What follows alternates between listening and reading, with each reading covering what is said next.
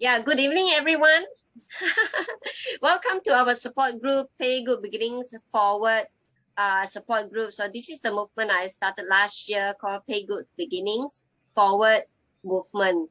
Yeah, you're probably wondering why good beginnings. A lot of people ask me. So good beginning starts from before you get pregnant, preparation before pregnancy, and of course, pregnancy and first year after birth. So the first 1,000 days of our life shape the health and well-being of our lifelong health. So there's so much you can do, and it is an important period. Is the precious time is a time, a journey of discovery, I call that. Yeah. So today our segment is about birth stories. So our topic is about birth stories, which is in our prenatal health segment. For those who don't know me, my name is Kong Chun Yen. You can call me Yen in short. I always joke about the Japanese Yen, but I'm Malaysian. So I'm the founder of Birth Discovery. I changed my business name from Chop of Odyssey to Birth Discovery. So I'm also the founder of Pay Good Beginnings Forward support group, supported by a team of holistic practitioners in town, and some of us are Good Beginnings Angels. So we contribute to the community regularly in our session. So today, why I decided to host this session about birth stories. Yeah, we can all learn a lot about birth stories, whether you are first time mother, second time mom, or third time, fourth time even, right? So when we reflect on it, we actually can learn so much about it. It's not about right or wrong. It's about finding I call that the self-sabotaging pattern.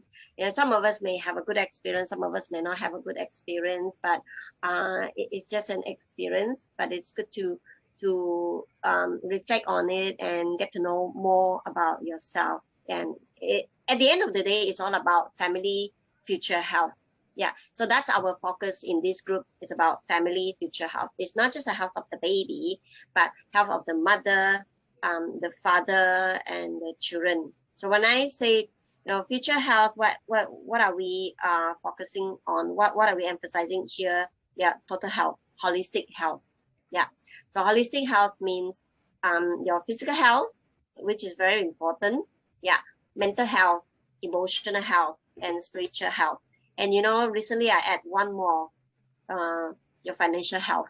I would like to invite Rachel to share, because Rachel birthed in she's a mother of two, and she birthed in two different places. Yeah. So the first one was in Korea, and the second one in Singapore, right? So you get to compare your two birth experience. Would you like to share with us a little bit more? Yeah, no. So I gave birth in 2018. So my daughter's now 3, my older daughter. And then, so I took the class with Yu Yan back then. And then I actually flew over to Korea, and then I gave birth there.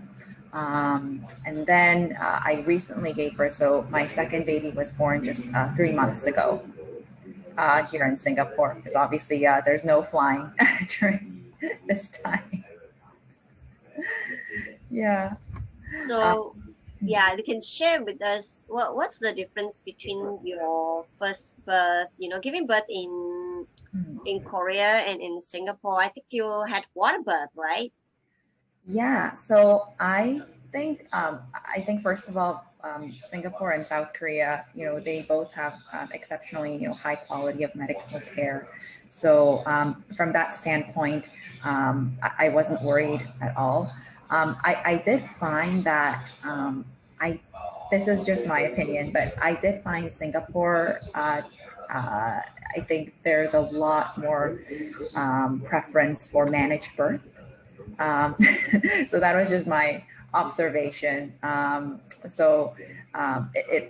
think it was quite difficult for me to find a doctor who would respect my birth wishes. And that's another thing that I think is really critical. When I was taking the course with you back in 2018, I didn't think that it would be that difficult, because, if I have a birth plan, everyone should respect that. But actually it doesn't work like that, right? And as many of us who've actually given birth in the hypnobirthing way know, a lot of obstetricians are actually, more pro-managed birth, right? And so there really is a need, I think. There was really a need for myself as the mother and my husband to really kind of stand our ground at times and tell them, no, we don't really want an epidural right now. We don't want you to come in so frequently. We really need our privacy. And for us to even direct them back to the birth plan. So, in comparison, I don't really think, I think both birth experiences were great. But regardless of where you're giving birth, I think there always needs to be that clear communication with your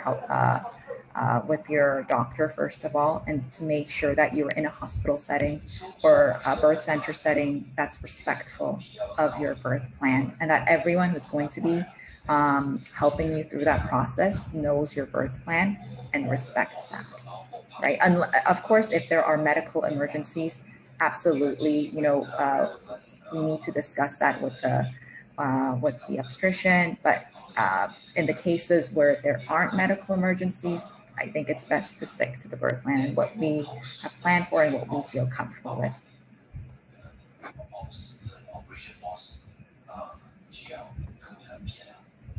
How would you describe your birth experience for the two births? Yeah, so my first birth, it was a 19-hour birth in total. And I think when I tell my friends that, or anyone else who asks, they get really surprised. But I have to say, it wasn't that bad. And I think it's because I've had that hypnobirthing training through you. And one thing that I remember was, it's definitely not, it's not easy that you feel no pressure, right? It's not like that. But at the same time, I remember coming out of my birth feeling really positive.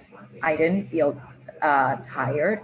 I didn't feel like I've been through torture, which is unlike what many other moms told me. In fact, I think I felt the most proud of myself in any moment of my life. That was the moment where I really felt empowered about myself as a woman, as a mother. And the midwife that was present at the birth for my first one, she told me that I was actually giving birth smiling and that she'd never seen anyone do that. But I do really remember feeling, you know what, this is such a great experience. I'm enjoying this birth process. I'm so excited to meet my baby. And I think that's also because of all of the affirmations that we had practiced in class, that I had read through during my personal time, and listening to all of the audio tapes. All of that really contributed to my having a positive birth. Yeah, and I think my second birth, it was, I think half the time, I think it took about 8 hours max. I delivered at Thompson. It was great. It was a great experience. I think it was not as easier per se, but it was shorter. And I still enjoyed my birth. So yeah, and I felt my husband as a birthing partner was way more prepared in knowing what to do, how to encourage me, how to be there for me. Yeah, he's actually been kind of a champion for hypnobirthing ever since our first one. So he's the one, whenever we have any friends around us get pregnant, he's the one who's like, you have to sign up for hypnobirthing class. Like, even if you aren't sure about what it is, and even if it sounds a little bit hippie, you have to go for it. He's the one who actually champions for it, which is really interesting too. Yeah. I remember, Rachel, after birth, you messaged me when you were in Korea, and you were saying that, just right after birth, your husband was asking you, when are you planning for the second one, right? Can you share with us a bit? Was he so eager to have another baby? I think because he could see that I was enjoying it so much, and I know it sounds funny, but I had such a positive experience that I think I was the one who told my husband that, you know what, I could do this a couple more times. Like, I love this. I want to do it again.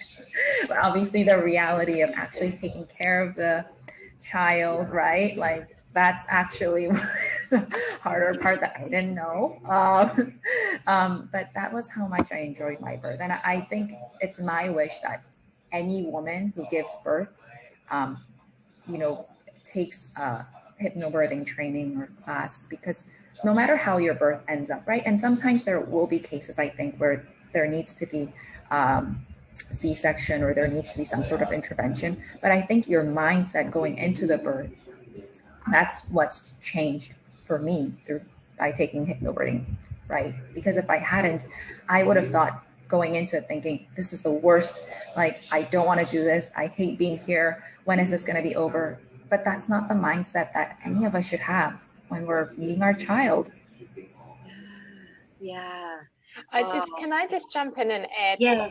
I agree with Rachel. Like, there's one particular photo of me after I delivered my first child, and I just look at myself and I get the same feeling. Like, you just feel so proud and so empowered. It was like, well, look what I did, you know. I totally agree.